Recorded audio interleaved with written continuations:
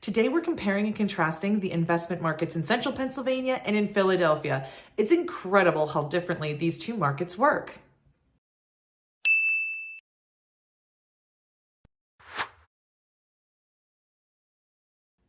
I'm Jennifer Rulins, landlord, educator, advocate, and broker at One Focus Property Management. And today I'm so glad to share with you a conversation I had with Mike Lautensack. He's broker owner of DelVal Property Management in Philadelphia. He's running a huge operation out there. He's an expert in all things Philadelphia investment. And I love having these conversations and sharing them with you because when you learn about other markets, you learn about the other struggles that other operators are facing and how they're overcoming them.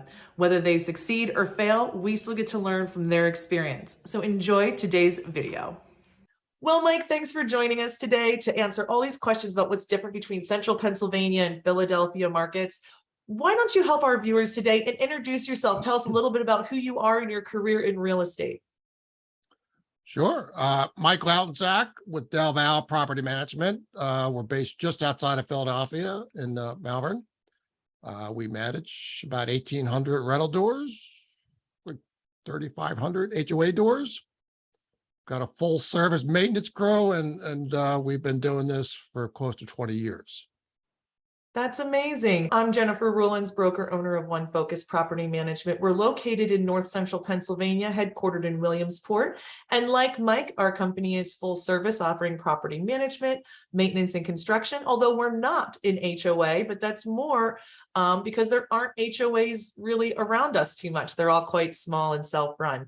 And yeah, we're running a staff of about 20 people here, and we're at about 650 doors. So quite a bit smaller than Mike, and probably covering a larger geographical area than Mike because of the density. So thanks so much for telling us about yourself. I'm really curious about how real estate works in different markets because Pennsylvania is unique. There's all of Pennsylvania, and then there's Philadelphia. And Philadelphia works on its own system of rules, and its market is incredibly different. And so I'm always finding I'm talking to investors either from Philly or outside of Philly. And when we talk to each other, it's like we're talking different languages sometimes. So first, why don't you share with us, Mike, about what are you seeing in the real estate sales and rental markets in the Philadelphia area? And to just place us in time, we're talking right now in mid-August 2022. Well, the rental market is probably as good as I've ever seen it. I mean, I don't even have words anymore to say. I keep saying it's gonna roll over a little bit, but we're not seeing it, not yet. If an owner has a property and it's in good shape, it's presented well, it's painted, clean, smells nice, there's tremendous demand to rent the property. So Philadelphia and outside in the suburbs, so it's both. It's been unbelievable, the demand since the pandemic. I've been quite surprised by it. Rental prices in Philly are going up, maybe not as much as some other communities, typically 5 to 10%, as opposed to other places, maybe 10 to 15. The suburbs have been very popular. But the key is simply to have the property that's ready. It's got to be, obviously, smells nice and painted, whatnot, but the demand right now in rental market as good as I've ever seen it in my life. So it's really quite amazing. The sales side, it's a little bit different. We are seeing some softness. There's no question. We have a couple properties right now. We've had to get the price down. I mean, the owners wanted to sell it at a certain price, and we've gone to the market, and it's been a little bit quiet, a little soft. So there's definitely been probably some softness in the sales market. But things are selling. I mean, we'll probably do as many sales this year as we did last year. Wow. So if it's softening, it hasn't softened by a lot. And you read the press and you hear all the stories about the real estate market's crashing. And the report yesterday that nationally sales were down 20%. I mean, we're not seeing quite that yet. And I don't see this crash or whatever they're talking about. So. Absolutely. Beginning of summer, we don't do sales at One Focus, but our realtor partners were talking about at the beginning of summer, they were starting to see a shift. They were starting to see a slowdown, a lack of eagerness. And it was, pessimism about interest rates, but also kind of a frustration on the part of the consumer who was tired of feeling so competitive. And we just had a severe lack of inventory here. So that happened at the beginning of summer. And we actually just put out a video this week About 2 weeks ago, my leasing department came to me and said, it's happened in rentals. So here in central Pennsylvania, we're seeing a shift. We're seeing a resistance to paying these top of the market rents. And we're a market that saw since pre-COVID closer to 15% in new market leases go up. Our renewals were going up about 7 to 10%, and we were doing great. And we're still doing great. We're only a couple of weeks into this shift. And I'll say we've just gotten more aggressive on adjusting our rental prices to make sure the days on market aren't climbing up. And the hardest part about that is talking to our clients who are hearing everything's on fire, everybody's making a ton of money. And we're just on those front lines going, okay, like, I think the shift we're seeing probably will come for Philadelphia at some point, but we're seeing it now. Yeah, very interesting. There's, So there is some seasonality in this business, so that we definitely rent more in the summer. So sometimes that skews the numbers a little bit. right. But we have not seen a big change in the rental market. It's as strong as I've ever seen it. And the other thing we are seeing a little bit on the sales side is mortgage lenders have balked at a few deals. We've had a couple of deals that have kind of died as a result of the lender, not the buyer. They want to buy, but the lenders were demanding a lot more than they have in the past. So some of that may be occurring. The lenders are maybe getting a little bit cold feet. Sure, sure. Well, how was it weathering the COVID restrictions? And do you still have restrictions? COVID was probably an experience I hope never to go through again. Personally, everything else, it was quite interesting, having a staff of 30 people. I had to lay a lot of them off. It was quite dramatic, but we survived very well. We got through it. We went virtual like a lot of people, probably for 6 months or so, but our business really got through it fairly well. I don't really think we lost any clients. The tenant leasing process was a little bit more difficult, all that, but we got through it. It was, I don't want to do it again. In some cases, I hate to say this, but there were some benefits to it, if I could say that in a way without offending Sure. anybody. For example, in Philadelphia, the government was giving away money at a rapid pace, and Philadelphia, being a big city, got a lot of the money. And as a result, we had a lot of tenants that, to be honest with you, they were behind on their rents pre-COVID. As a result, they could apply through this, what's called phase 4 program in Philadelphia. And we were getting massive amounts of rent money. We were getting old rent up to a year, 18 months. We were getting future rent. We were getting people caught up and then actually paying ahead. And we collected over $1 million worth of phase 4 money. But most of that has dried up. It has dried up, but it seems to come back every now and then. For example, apparently Philadelphia just got another chunk of money. So we got a flurry of emails from the city saying some of our tenants had been approved and we were going to get another batch of money in. But that money dries up very quickly now because they have so many applications in there that the money dries up very quickly. But so we got through COVID fairly well, I would say. There are probably not any restrictions anymore that I'm aware of. But there's still some impact of it. There's certainly the pricing we talked about, but also now the court systems are kind of a mess. So it's still impacting that, but it's also impacting now that we're back to the old days where you have to go collect rent. And we can see that already starting to hit our numbers. Our collection numbers are definitely rising. Absolutely. Yeah. And so when were the eviction restrictions lifted for you all? Well, that's a harder question than it probably should be. On a national level, they were extended month by month. Most of them probably cleared up last fall, August, September. I think the national moratorium lifted. Philadelphia continues to have some weird things going on in terms of their eviction process because of COVID. And those may never go away. I don't know. Sure. Here in central Pennsylvania, it was a very different story. So from a business perspective, like you, I would share, it was the very first time we ever had to lay off anybody. The PPP program was super beneficial for us. It allowed us to keep running. I was able to get people back on payroll right away. And the strength of the leasing market and the great performance of pay on our tenants kept things pretty even. So from the perspective of like a business owner, we did okay. From the perspective of eviction moratoriums, here in central Pennsylvania, it was more fear than reality. So I say here, our judges did a great job reading those moratoriums exactly, and then enforcing them as they were written, not enforcing them as they were written in headlines and newspapers, but instead enforcing them and the requirements on tenants to get those protections. So while we were restricted on a couple of tenant evictions that would have maybe gone forward normally, the tenant was participating in the requirements of the eviction moratorium. And so we were able to get our money through. Here, that federal money was called ERAP, Emergency Rental Assistance Program. And the big issue here with our ERAP, it was plentiful. We still do not have all that money given away yet.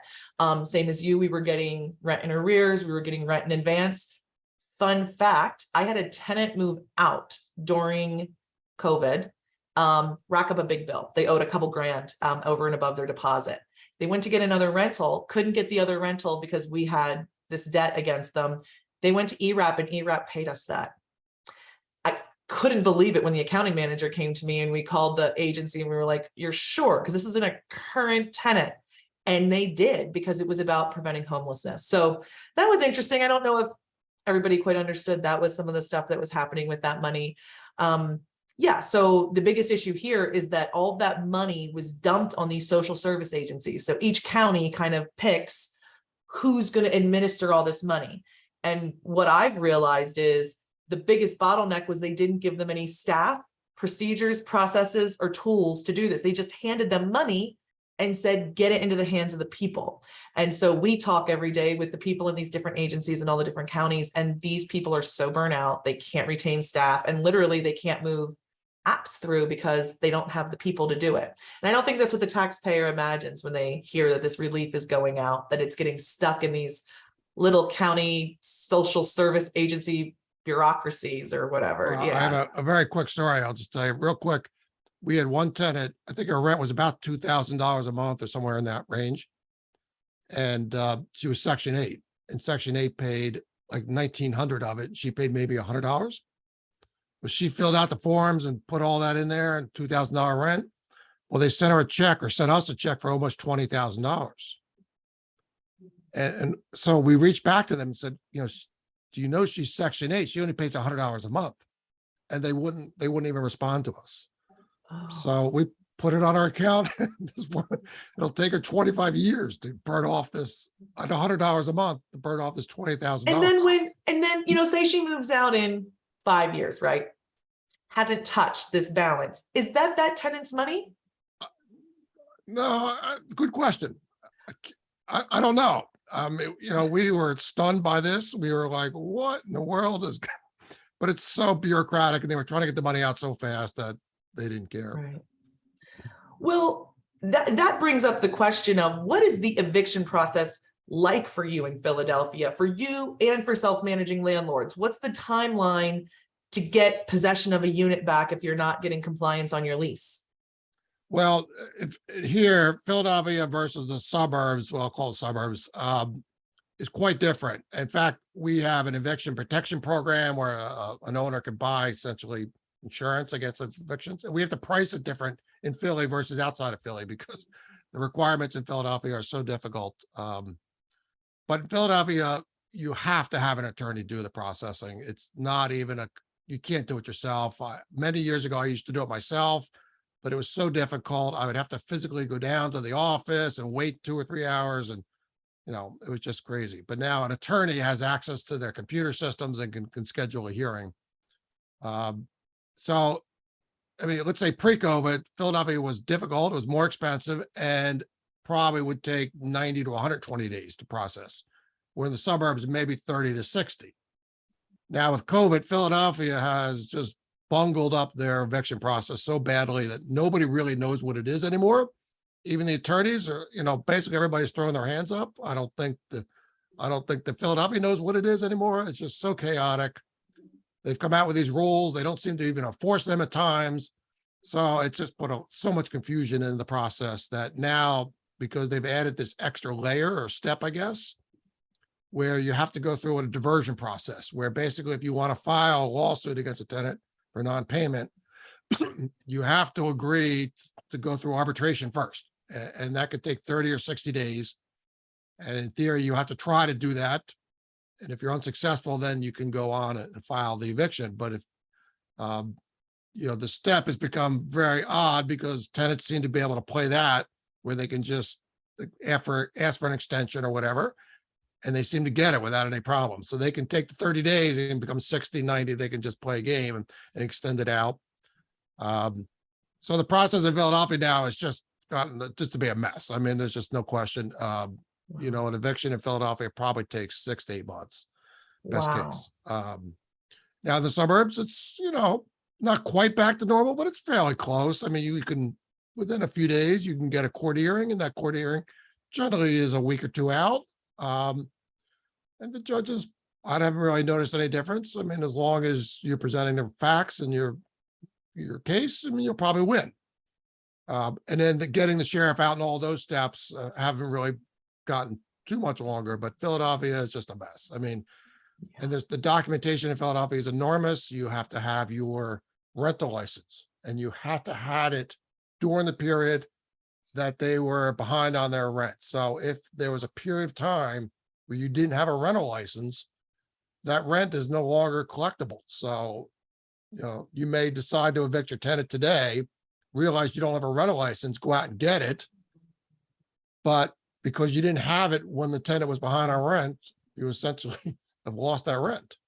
Sure. There's all these other paperwork, these pamphlets you have to say, there's a good tenant pamphlet. I forget what it's called, but not only do you have to give it to the tenant when they sign the lease, but you have to be able to prove you gave it to them.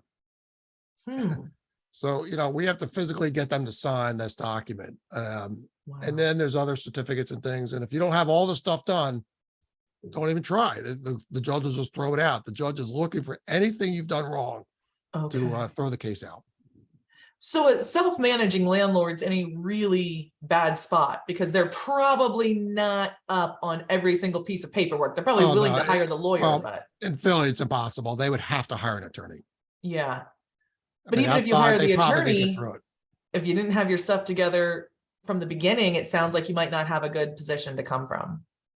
It's shocking how many times people don't have the license in place, didn't get these documents signed, and now they try to go through the court process and they realize they didn't do it. We spend an enormous amount of time on this paperwork. I have a full-time person. Her only duty is to make sure we've got all these documents. It's a lot of work. It's just a lot of administrative work on us to make sure we've got all this stuff in place. And it's amazing how hard we work at it. And then occasionally we find out something fell through the cracks and it's disappointing, but it's a process today in Philly. Sure. Well, here in central Pennsylvania, we work kind of like the system was designed. So at the district magistrate level, it is 2 different filings. It costs about $300 to $400 total in court costs, and it takes about 6 weeks. I say from the point of delinquency, that's pre-notice to quit. So if on August 1st, you haven't paid some or all of your rent, we could probably have a possession by September 20th. So by about six or 7 weeks, depending on judges' calendars, we've seen very little change post-COVID. Only when a tenant is claiming that they're going to get ERAP. And so it used to be that the ERAP monies were moving very quickly to the point where we were able to get confirmation that the money was coming. And even if the money hadn't arrived, we'd cancel the proceedings because we had the guarantee the money was coming. They're no longer issuing those in any kind of quickness. I think their staffing problem has gotten so bad. And the judges are now saying, well, they have an application in with ERAP, and it's possible that a tenant could get some leniency that way. But in general, I always say central Pennsylvania is a great place to own rental property because the courts are, I think, are fair and balanced, and they do have a higher expectation on landlords than tenants. And I think that's something that self-managing landlords in my market have a hard time understanding. They're used to, in a court experience, maybe being on an even playing field with the other party. And in landlord tenant, there is an expectation that if you're the business owner, if you're the landlord or in the power position in this case, that you have a bit more onus on you to have your act together. I think the judges give you less leniency in mistakes, as it were, but tons of leniency to tenants, which you can say is right or wrong. That leads me to this question. What is tenant activism like in your market? Do you have that going on, and how does that show up? Yeah, there's a lot of things happening here in Philadelphia and the suburbs that I'm sure are heading your way that you're going to be getting soon. Welcome. For example, like Philadelphia now has what's called good cause evictions. If you're not familiar with that, meaning a good cause eviction is that you cannot terminate a lease unless it meets one of the good cause criteria. And so if you have a 1-year lease and you don't like the tenant for whatever reason, you want to terminate the lease. That's a tradition most landlords expect, but in Philadelphia, that's no longer an option. You must meet one of the good cause criteria to terminate a lease. What kind of criteria would qualify? Maybe the owner wants to sell the building. Maybe the owner wants to move back in the building. Maybe the owner, the tenant is behind on rent. Or maybe the tenant is asked for certain maintenance items, but then refused to let the maintenance team in. So there's a whole section of criteria.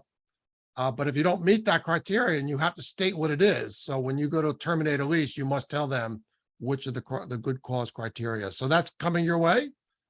You'll enjoy that. Some other things are probably coming your way will be the 10-year batteries, a 10-year life on smoke detectors. Maybe they're out there. I don't know. No, not yet. But you'll get that where you have to do the 10-year smoke detectors that the batteries are encased in there, so they can never be pulled out. Supposedly they last 10 years. I guess we'll find out.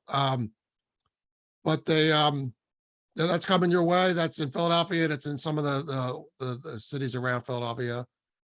Bed bugs, that was another one that came down recently, where now in Philadelphia, the landlord essentially is responsible for the cost of bed bugs. I mean, unless it's over a year they've been in there. So it's gotten to the point, the first year that a tenant's in a house, if there's bed bugs, guess what? The landlord's paying the bill to clean it up.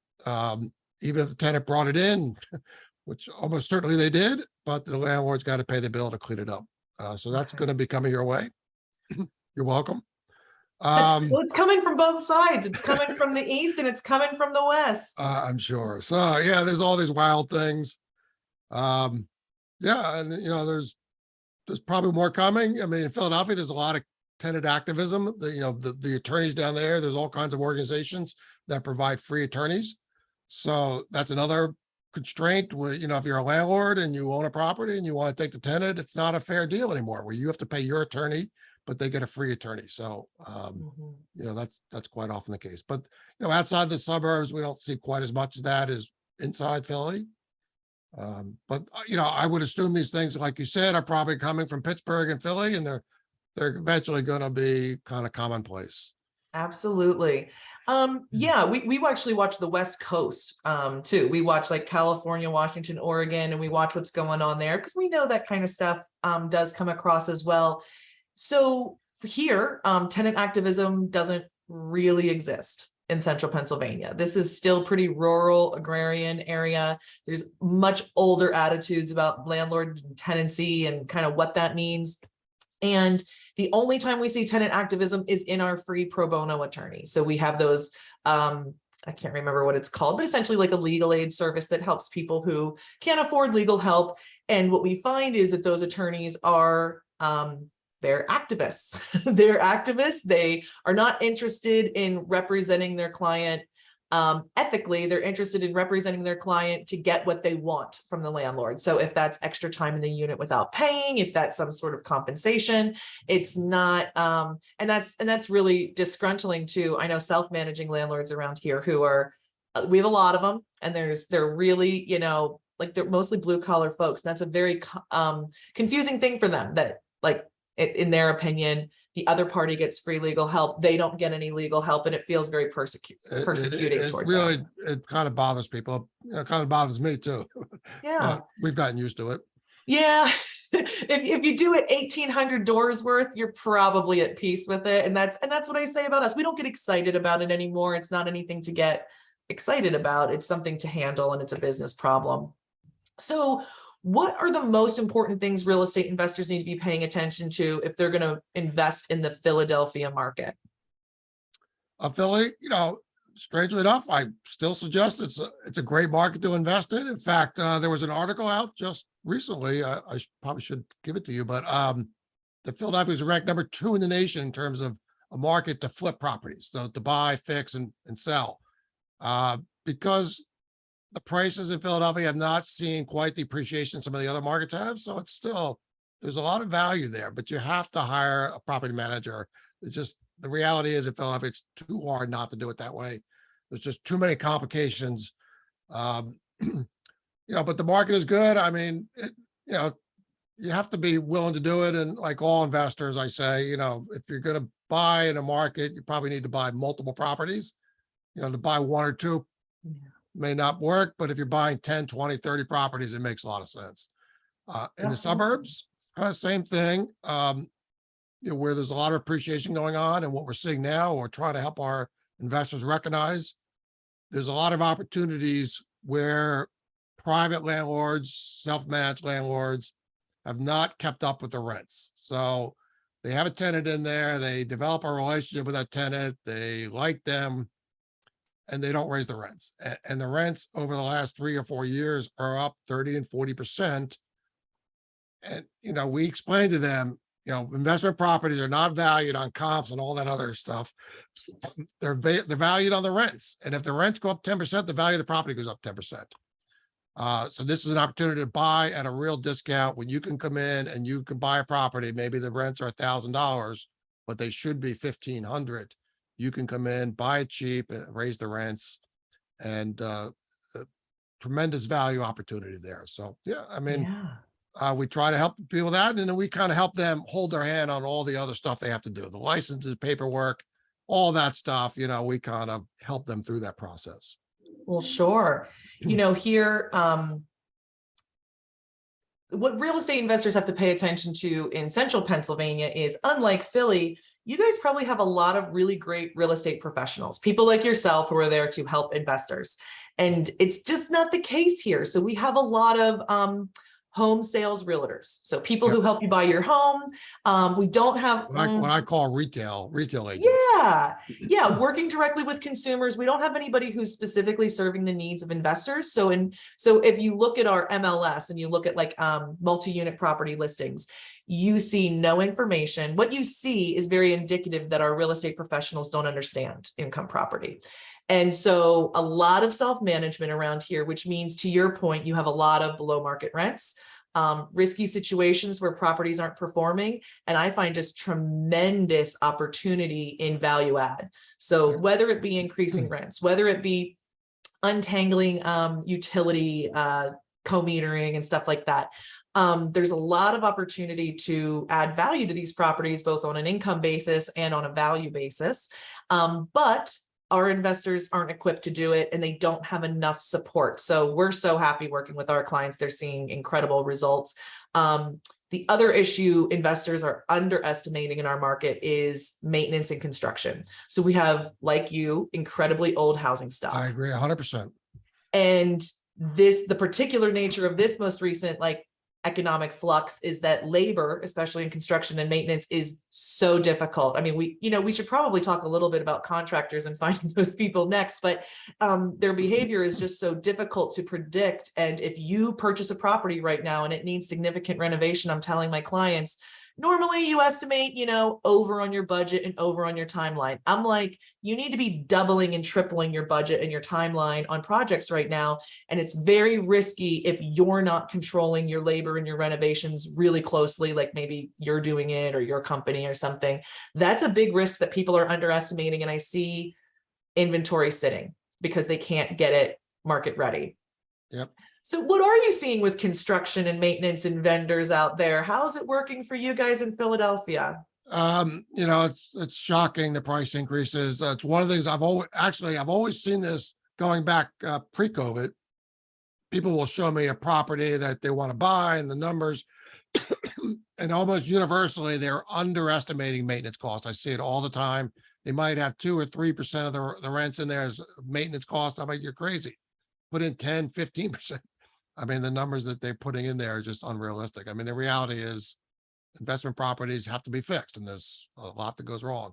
But as far as the market, it's a struggle. We're struggling like everybody. Our maintenance team could hire 5 people tomorrow if we had them, but we can't. It's hard to find people, and prices have just gone through the roof. We had one of our biggest clients in on Saturday. We had a all hands meeting with them the other day, to talk about this very subject. They were complaining a lot about our maintenance costs, and we had to sit them down with our maintenance guys and walk them through the pricing of what's going on. You know, appliances, for example, all the cost of the appliance has gone up 20%. All the parts that are involved, I have to haul the old one away. We've got to have somebody there to meet them, to install it. I mean, all these costs build up, and that's why the cost of just skyrocketing. But yeah, we're struggling like everybody. Maintenance is difficult right now. One of the things about it, I mean, I guess one of the advantages we have, the reason to hire us is simply because we have in-house maintenance where most property management companies don't, and they outsource it, but we can do stuff in-house, and that it is a big advantage. We can do it quicker and usually a lot cheaper than other people. Yeah. We're having the same issue here. And I keep saying, you know, if somebody shows up naked, I might still let them do the job, you know, do the job, because I'm You so can show up on desperate. time, and showing up on time is 95% of it. That's it. If you do That's that. right. Yeah, I don't even really need them to be on time, if I'm being honest. Okay. But the behavior we've seen from our contractors and vendors has been so bizarre. They have gotten I think they're feeling very overwhelmed. And I can get and appreciate that. And I can get that people are kind of clawing at them and want a lot from them. But this is a little anecdote. So I had a general contractor. He did like roofing and exterior repairs that I didn't send my team out to do, like high up stuff. And he decided that he was only going to communicate with us on Fridays. He had made Fridays his one focus day, and we were prohibited from communicating with him on other days. And one of our managers, it's so I can do silly. that with my staff.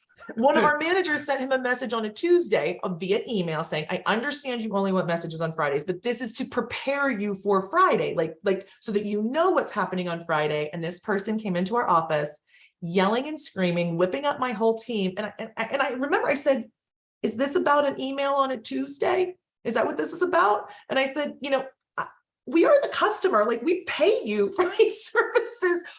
In what world is this okay? And this reaction, and you know, I can criticize them personally and their character and everything, but I think they're just under a ton of pressure. And here we're trying every trick in the book to get vendors, to get them to actually follow through on the work that they take. And like you, having this in-house maintenance team helps a bit, but I'm still also trying to keep those people retained and trying to keep those people mobilized. And gas is $5 a gallon. So all of a sudden the fleet is costing a whole lot more than it used to. So yeah, all these rates are changing. And I think it's one of our jobs is to help educate our investors and say, this is just what it is. You know, we're managing it the best we can for you, but you need to know this is what's happening. And I know from our perspective, we're doing the same thing. We're telling clients when they're buying properties, increase that maintenance allocation to be more realistic. But on the other end, we're able to increase rents. We're able to provide top of the line service to get those kinds of rents from tenants so that our clients aren't in the situation of maintenance costs rising and rent staying stable. I know in both of our companies, those rents have been increasing to cover those costs for our clients. Yeah, you know, I don't know if you use a software called Property Meld. Do you? We don't. We've looked at it, but we don't. It's an interesting piece of software. We use that for all of our maintenance. And one of the things it does for us is that it surveys everybody. Yes. You know, if a tenant got work done, they get a little survey right after that. If the vendor also gets a survey. So we get all this information back, and we've been tracking that to see if things are changing on the tenant level.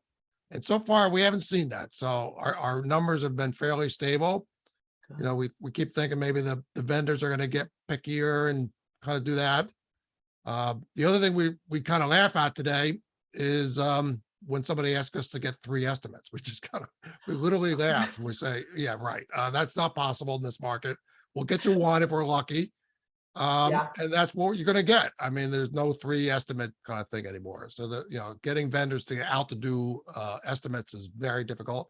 They're so busy, they don't need to go out and do them. Absolutely.